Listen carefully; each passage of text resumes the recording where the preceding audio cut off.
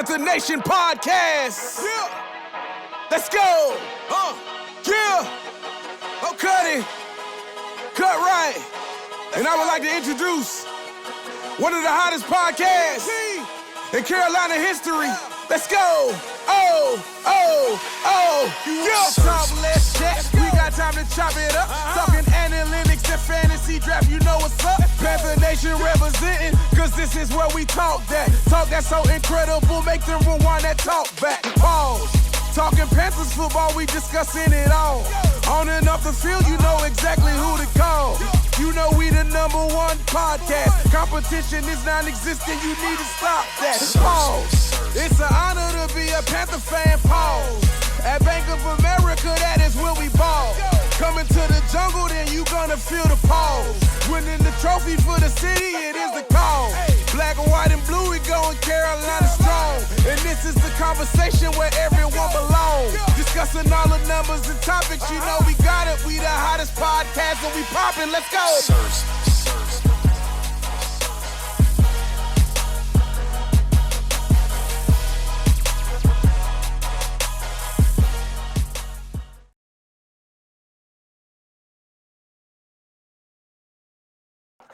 Yo, what's good, fam? Welcome to PNP. It's your boy Rashad, and you know we got Dave. And today we have a very special guest in the building. We got, I don't know how to say it. It can't be. Is it current Carolina Panther? Is it upcoming free agent Carolina? How we gonna say this? I don't know how to do this. But we got Marquis Haynes in the building, edge rusher for the Carolina Panthers. Marquis, what's good with you, bro? What's good? What's good, man? So real quick, I just want to reach out. I wanted to reach out because you have made a social media post the other day. I think it was like a week back, and you was like, man, I may not have had the stats I wanted, but my playing effort speaks for itself. Real quick, who was that? Who was that for? Who were you speaking to in that instance? No, that was just speaking for like just everybody who think like I don't be really like, really working it, Cause it's like with me and stuff, you get into a system and stuff, I came in my rookie year. I'm in there with Julius Peppers, Mario Addison, Wes Horton and stuff. So, they vets. So, they going to get the most playing time and you just there to learn and stuff. Mm-hmm. So then as you start learning the game more and then you start learning your surroundings and stuff like that. And then you really realize then you draft Burns a first round pick. So, a first round pick, he gonna play over whoever, no matter who you is, unless he not developed enough to start. But that's just how the system goes and stuff. So, and I'm just waiting my time, Then this year, they brought in Hassan, they brought him in to do pass rushing and stuff, It's just a business, man. You just gotta play your role. And that's why right. Other people not get like a lot of playing time and stuff like that. Like me and Frankie, that's my dog. Like we understood our roles. Like once we get in, we gotta make as many plays as possible. Cause that's all it's gonna take. Yeah, man. So that, I guess from your perspective, like how frustrating is that? Because I know you when you get out there on the field, bro, you only get a limited, like you say, you only get a limited amount of time, a limited amount of snaps. And then you get out there, like you said, you got to make the best of make the best of your opportunity. But how frustrating is that? Because we've seen you put up some numbers. Like we've seen you show hella flashes. And then, it's kind of like you overshadow. How frustrating is that? I mean, to me, I can't let it get frustrating about it. And then it take me out my game. And then it take me out how humble I am about myself. So me just getting frustrated about it. Nah, it just made me more hunger.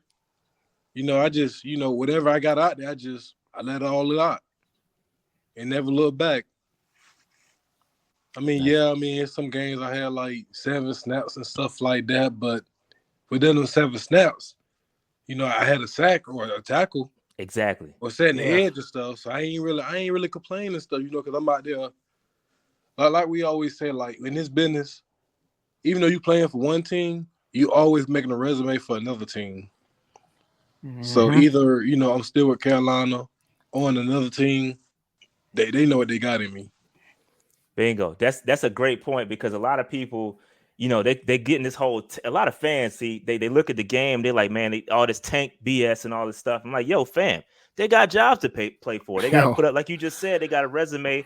You got to build a resume for another squad. So they're not just going to get out there and give up. Like people got unrealistic expectations. That all 22 is always running.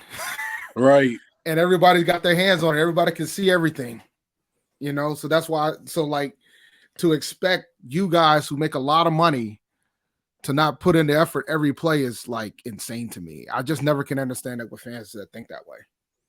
Yeah. That's why I just like, you know, when fans get to talking, you know, they only see what they see on TV and on the game field. They don't never see what's behind the scenes and stuff. So it's like,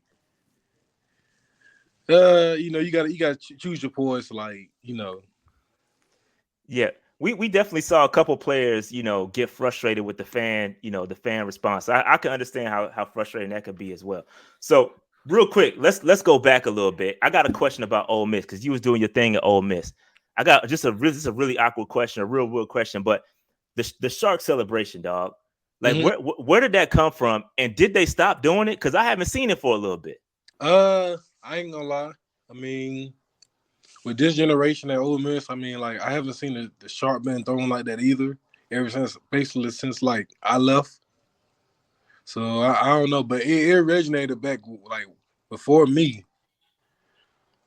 So they like, it was like a big play they needed, and I know a big nose tackle went through. I think his name was Tony, and he went through.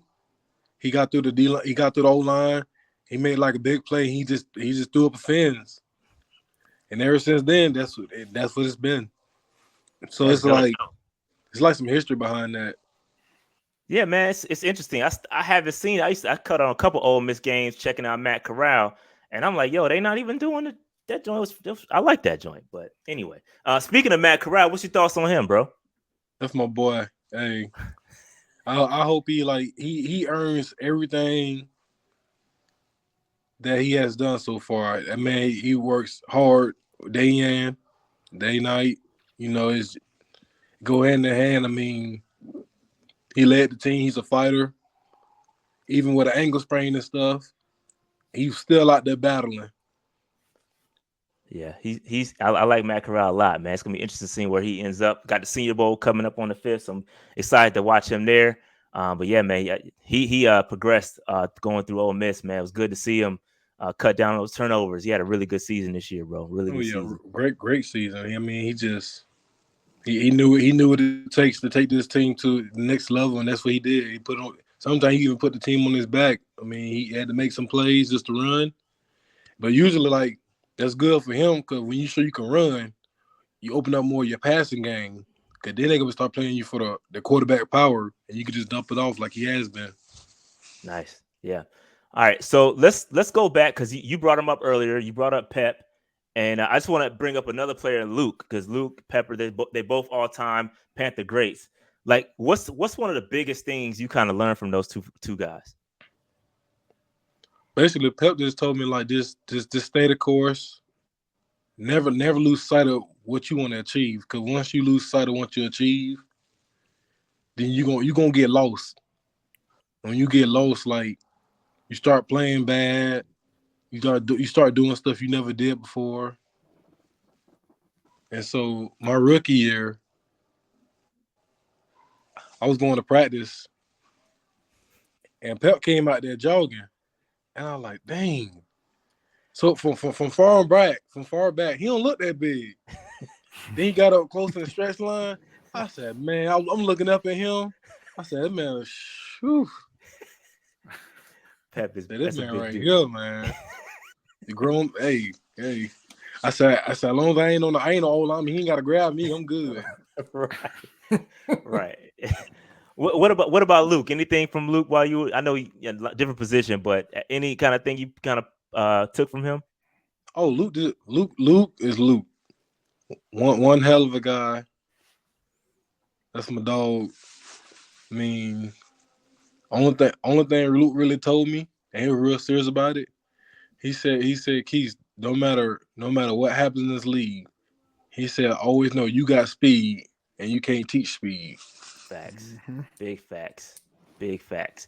So this brings up another interesting point. Great segue, because you came in under Rivera, right? And there was a scheme change that happened And so talk to me a little bit about that, because we went from a 4-3 to a 3-4 under Rivera. Like, how did that help you out as a player? Like, or does it even matter?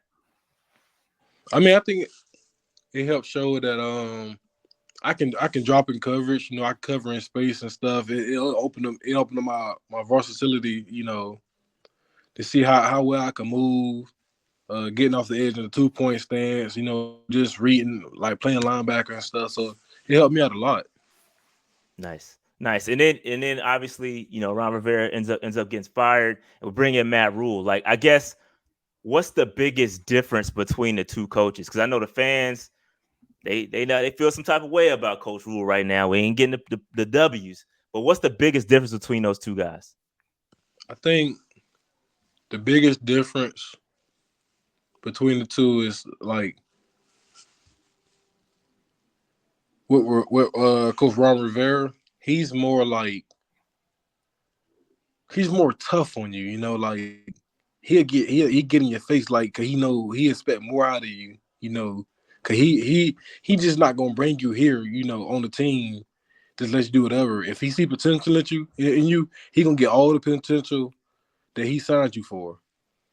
And I think with Coach Rhule, you know, like coming from college, you know, you really don't.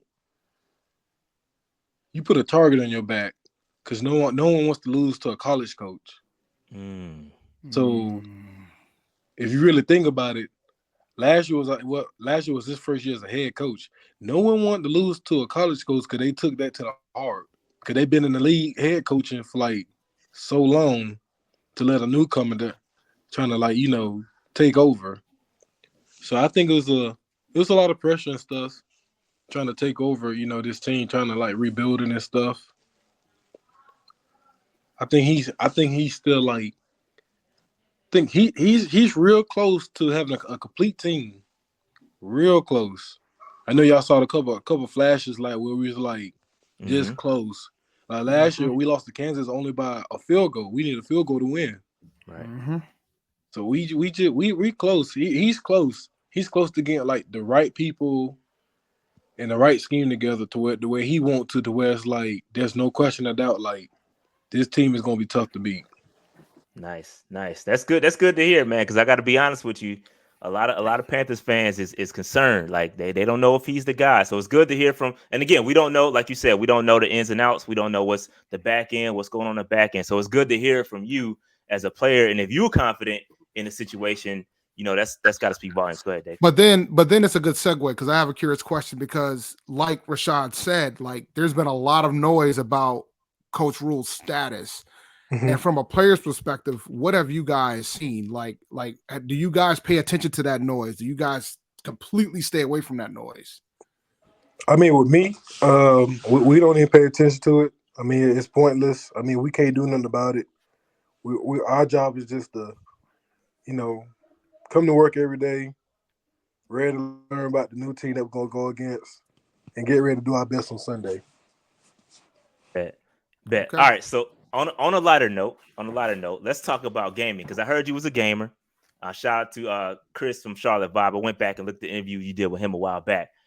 I heard you was a gamer, right? And we also had a chance to interview Miles Hartsfield, former Ole Miss guy as well. And he talking cash shit about how great of a gamer he is. So have y'all had a chance? He is laughing already. Have y'all had a chance to get on the sticks, dog? Matt, I don't even play Madden like that. Madden not my thing. Cause like once you play football so much and you actually doing it so much, it's like, man, I need a break. I need a break from football. That's why when the all season come, I be so happy. Cause when I go home, I be telling my family, they already know. We already know you had a long season. They don't speak no football. We talk about basketball, tennis, golf, bowling and stuff. I'm more like a Call of Duty guy. So that's perfect, because that's his lane as well. So like, so he said he's the best Call of Duty player on the squad. Is that factual? I haven't played one, so I wouldn't know. Oh man, we got to put that together, bro. Because he was super confident that this. I mean, you couldn't tell him otherwise. He was the best gamer, probably in NFL, if you let him tell it. He probably Miles, doing Rebirth. He probably be on Rebirth too much, getting all them extra kills. Cause you get the extra life come back. So there was a big acquisition. Activision just got bought out by Microsoft. So I hope you're an Xbox guy for the sake of that. No, I'm PS5. Okay. You might be losing Call of Duty in 3 years. Hey, so be it. Hey, it be another something that come out. Yeah, there's no shame in that, man. It's just all these game comes getting gobbled up by somebody. But all right, man, we got to get the matchup popping with you and Miles. Like that. Yeah, that's got to happen. We got to make this happen. It happens soon. That's what's up. All right. So another off-topic question. I heard that you rock with Metro Diner. Is you still rock with Metro Diner like that? Yeah, Metro Diner. Yeah, chicken and waffles. Chicken and waffles. Yo, hey fam, I live right up the street from. It might be the same one. I'm not gonna display all that, but I live right up the street from a Metro Diner. It is great. Like they got the sticky one. The sticky. Have you tried the sticky one? It's like a honey spicy. It's real good, bro. Oh, you talking about the spice? When they take the the syrup and hot sauce. Yeah, that. Yeah. Fam, it's great. It's great. I know all about that. Love Metro Diner, dog. I go there and get chicken and waffle and a 3-egg breakfast. That's what's up. That's what's up, man. Hey, if you never had Metro Diner, man, check that. Now you're gonna have me. Now you're gonna have man, me stopping the spots when I fly down, man. Dave, it's up the street from the crib, dog. You definitely gotta check it out, man. All right, so Marquis, any other like off-season plans? Like what you got? How does one prepare? You going into free agency? What are you doing in the off-season? What else you got going on? Oh, basically like enjoying my time, being me, enjoying time with the fam, as much as I can. And then like when it's time to book it down, February, that's kind of like the midway between April, you gotta get your body back right. Then March is like free agency start. To me, I put it all in God's hands, in my agency. I'm not really worried about like who wants me, who don't want me, and stuff like that. Cause I know for myself, like I put enough resume out there to like show like I can cause chaos if like someone just let me loose. So it's like I'm basically just being me right now.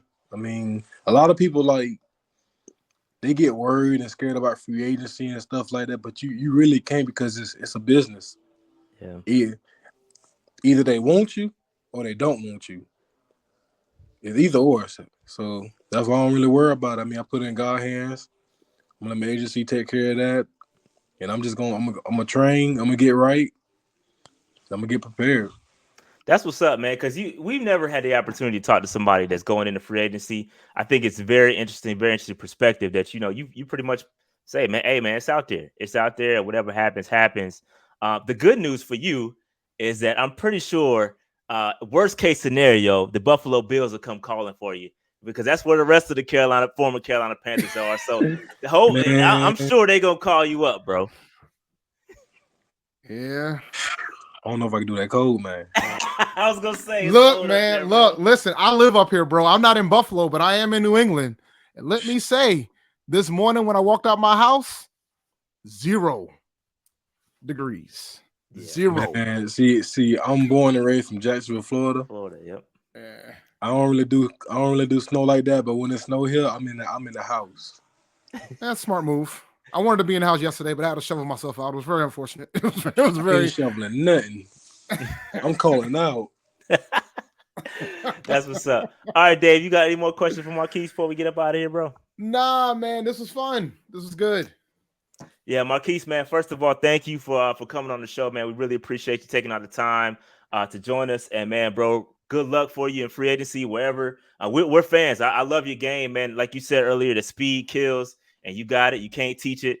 And I think you're going to have a successful career. Hopefully you come back to Carolina. But if not, I'm sure another team will come calling, bro. But either way, man, open invite, bro. If you want to, whenever free agency hits and you end up where you end up, hopefully it's back with us in Carolina. But if you end up somewhere else, hit us up. We'll definitely bring you back on. Shoot, it's whatever. I'm just chilling. That's what's up. All right, Marquis. We're going to let you go, man. Thank you again for coming on the show, bro. I appreciate y'all, man. right, Thanks. thanks.